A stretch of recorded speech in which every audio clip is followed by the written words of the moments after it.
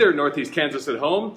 I made my way into Sunflower Bicycle Outdoor Shop. It's the best place for cycling in Lawrence or Kansas or pretty much anywhere. I ran into my friend Paul Heimbach. Now, Paul, you work here, right? I do. Been Because here 13 years. 13 years, Yeah. because cycling is just a lifestyle It for is. you. Yeah, pretty much. Yeah. I've been riding since I was a 13-year-old kid. Nice. Yeah. So Paul is a cycling expert. Would you call yourself a cycling expert? Sure, yeah. Okay, As much good. as I could, yeah. Well, that's good. I just did, so it's nice that we're on the same page. Right. So tell us a little bit about biking as a kid. Sure. What appealed to you?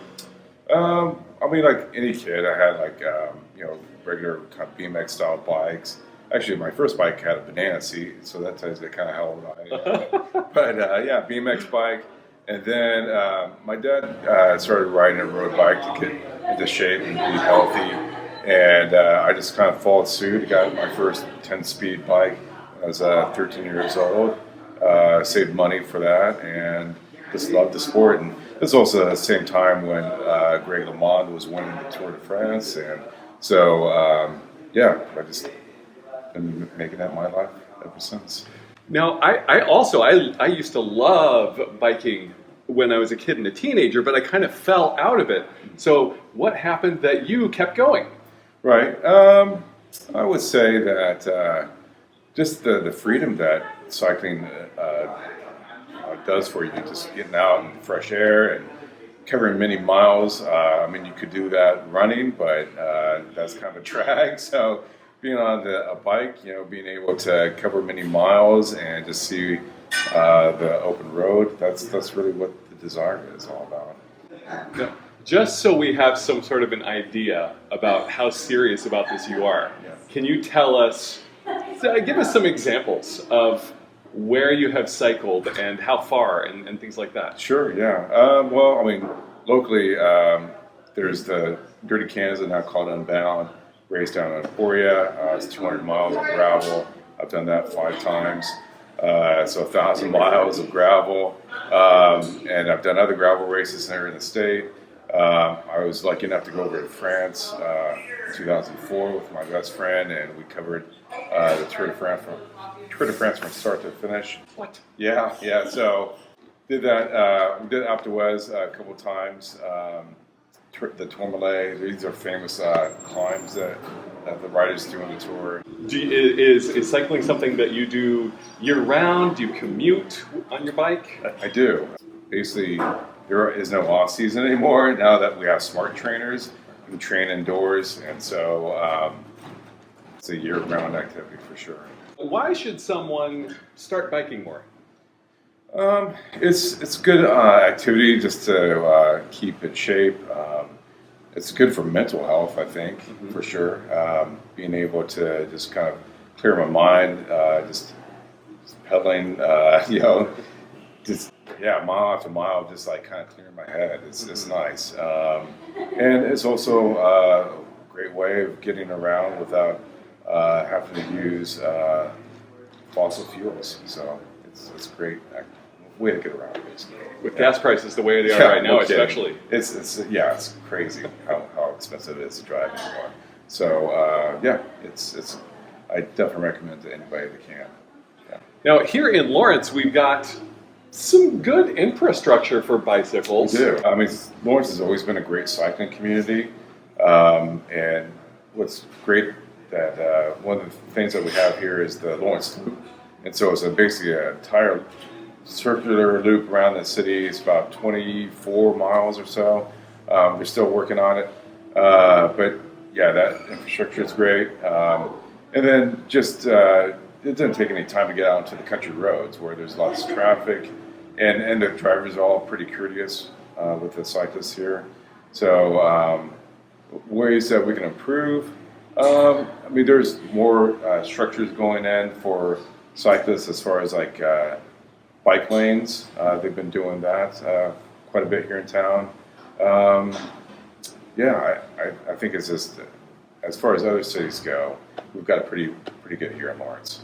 Now, I've noticed on the street there are some like green zones on the street. Those kind of correlate with the bike lanes, and so they come upon intersections, and so that gives an opportunity for the cyclists to kind of have their own area to be at that traffic light and separate them from cars. And so it puts them out there in front so the drivers know that they're there. And once the light turns green, they have the first opportunity to go through the intersection without having to worry about cars, hopefully, being in the intersection at the same time. So, because it really doesn't take long for a cyclist to get going once they've stopped. Cars do tend to take a few minutes to kind of get up and going. And so if the riders are in front of them, hopefully they'll get through the intersection first and then cars follow suit. Do you find that it's dangerous to share the road with cars? I mean, it can be, yeah. There's definitely times where you've got to be cognizant of where you're at because cars are super heavy, and it doesn't take much to have, a bad accident to happen if you were to be hit by one. So, it's just being aware of your surroundings and then also having some courtesy on the road too from both drivers and cyclists. Yeah.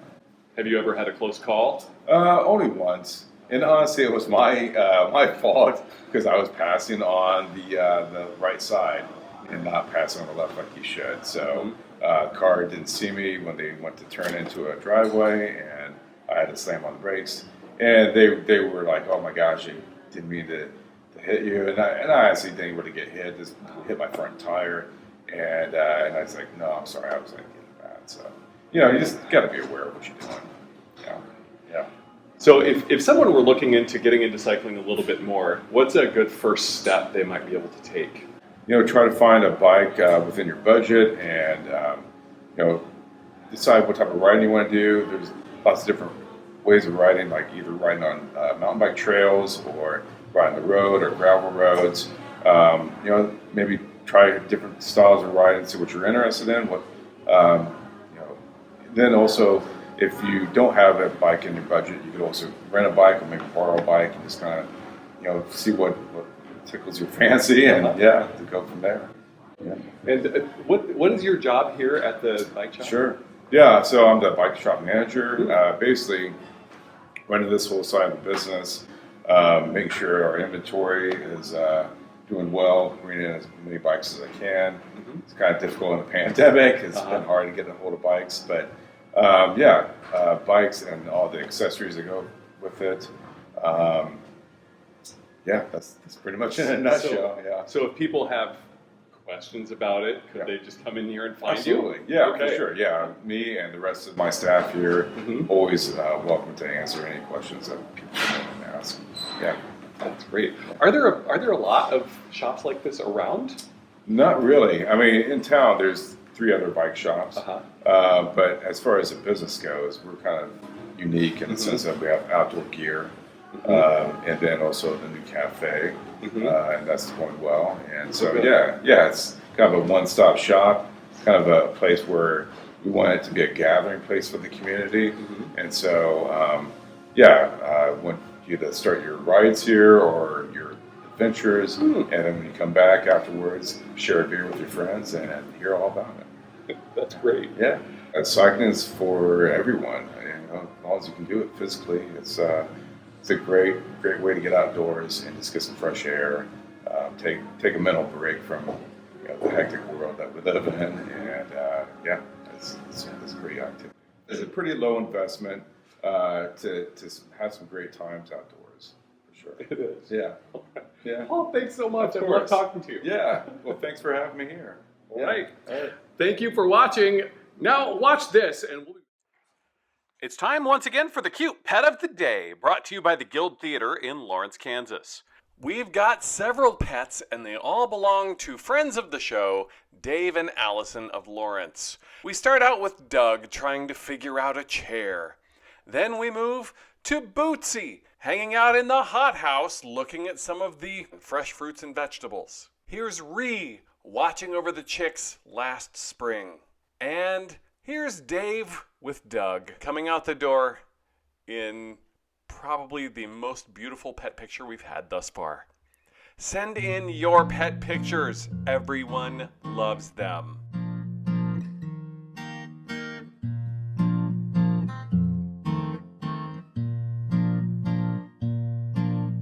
Edelweiss,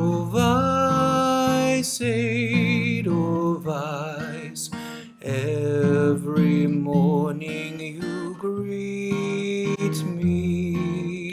Small and white, clean and bright, you look happy to meet me.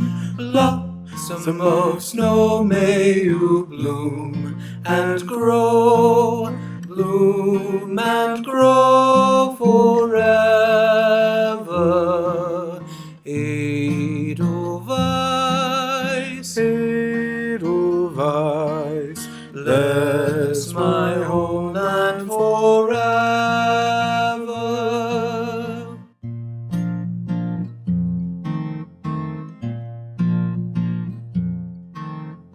Edelweiss, Edelweiss, every morning you greet me. Small and white, clean and bright, you look happy to meet me. Blossom of snow, may you bloom and grow, bloom and grow forever. Edelweiss, Edelweiss, bless my homeland forever.